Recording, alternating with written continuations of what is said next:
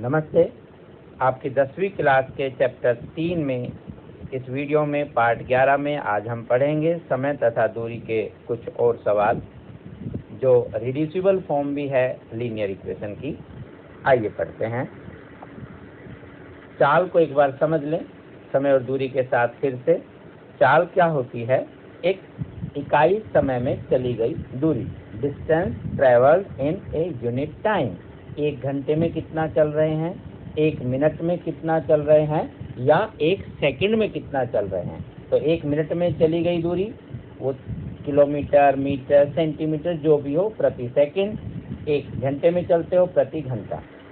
वैसे हम देखते हैं, अगर हमें सूत्र याद नहीं भी रहता है तो हम सवालों में से ही सूत्र निकालने का अभ्यास रखें।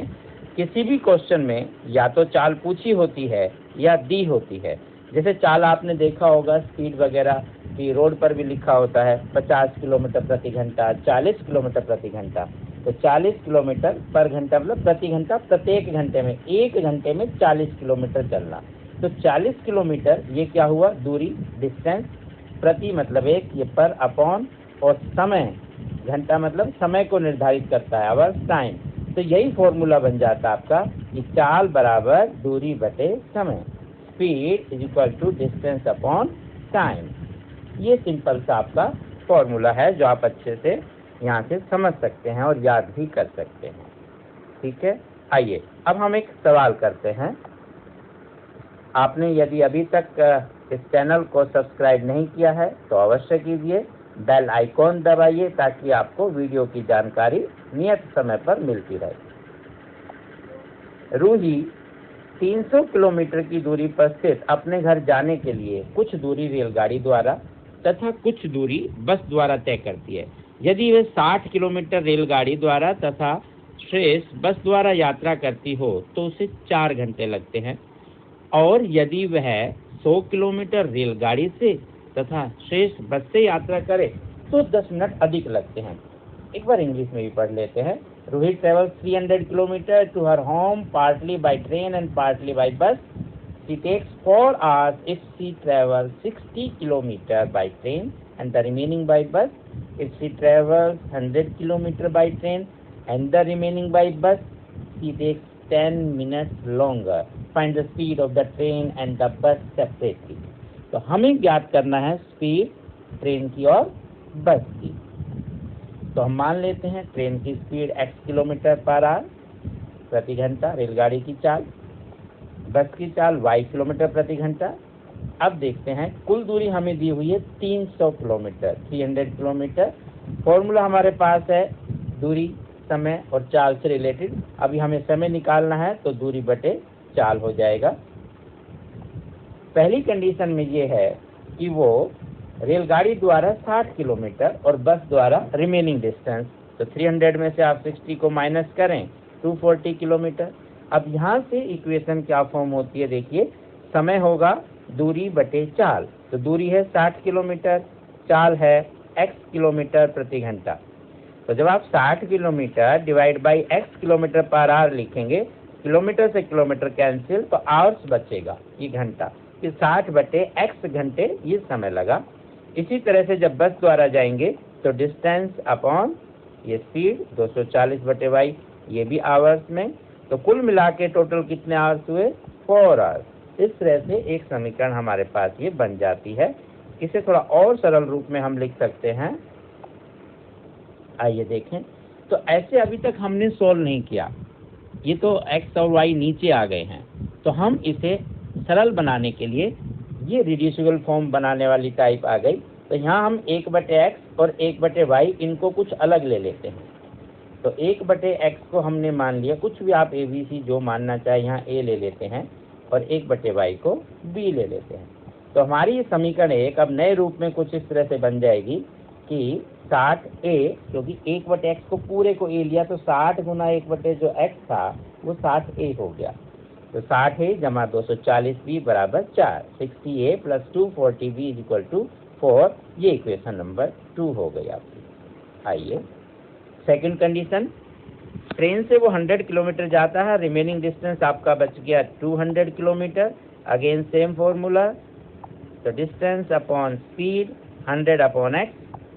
ये आवर्स में, दूसरा 200/y ये भी आवर्स में, और कुल समय कितना लगा, पहले जितना था वो 4 घंटे था, उसमें 10 मिनट ज़्यादा, तो 10 मिनट्स आ गया। ये आवर्स में है, एक जैसे यूनिट आप रखेंगे तो 10 मिनट्स के आवर बनाएंगे। 1 आवर्स में हमारे पास होते हैं 60 मिनट, तो 10/60 ये आवर्स बन गया। ये आप ऐसे सिंप्लीफाई करेंगे, 1/6 इकट्ठा करेंगे तो 6 × 4 64 + 1 25/6, इस तरह से आप इसे लिख सकते हैं। तो ये इक्वेशन बनी 100/x + 200/y = 25/6। यहाँ भी 1/x 1/y है, इसे फिर से हम a और b में कन्वर्ट कर लेते हैं पहले की तरह। आइए, तो हम इसे लिखेंगे 100a + 200b = 25/6। और सिंप्लीफाई करना है, ये फ्रैक्शन यहाँ से हटाना है, तो ये 6 को भी हम मल्टीप्लाई कर देते हैं बोथ साइड। तो 600a + 1200b = 25। This is new equation number 4।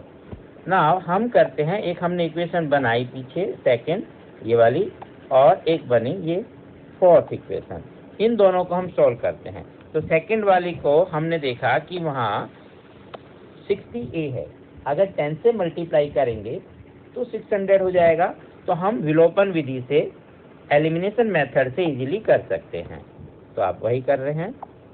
तो 600a = 2400b = 40, इस समीकरण 2 को 10 से गुना करने पर प्राप्त हुआ। और एक इक्वेशन हमारे पास ऑलरेडी थी 600a = 1200b।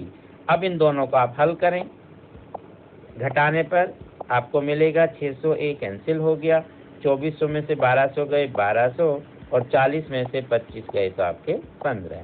तो b की वैल्यू हुई 15/1200 अर्थात 1/80। ये b का मान हुआ। ठीक है जी। अब b के इस मान को हम समीकरण किसी में भी अपनी सुविधानुसार रख सकते हैं।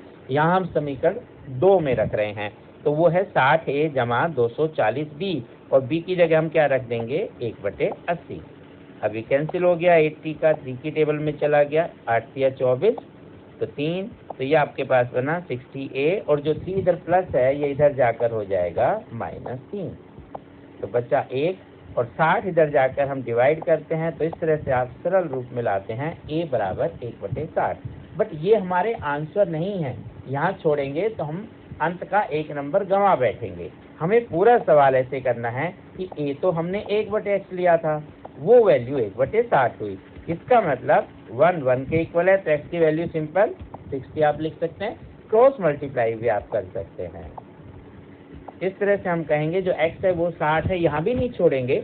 x हमने क्या माना था, ट्रेन की स्पीड, तो स्पीड ऑफ द ट्रेन, रेलगाड़ी की चाल 60 km/h, ऐसे पूरा लिखेंगे, नहीं तो हमारे अंक काट लिए जाते हैं। इस बात का विशेष रूप से ध्यान रखेंगे।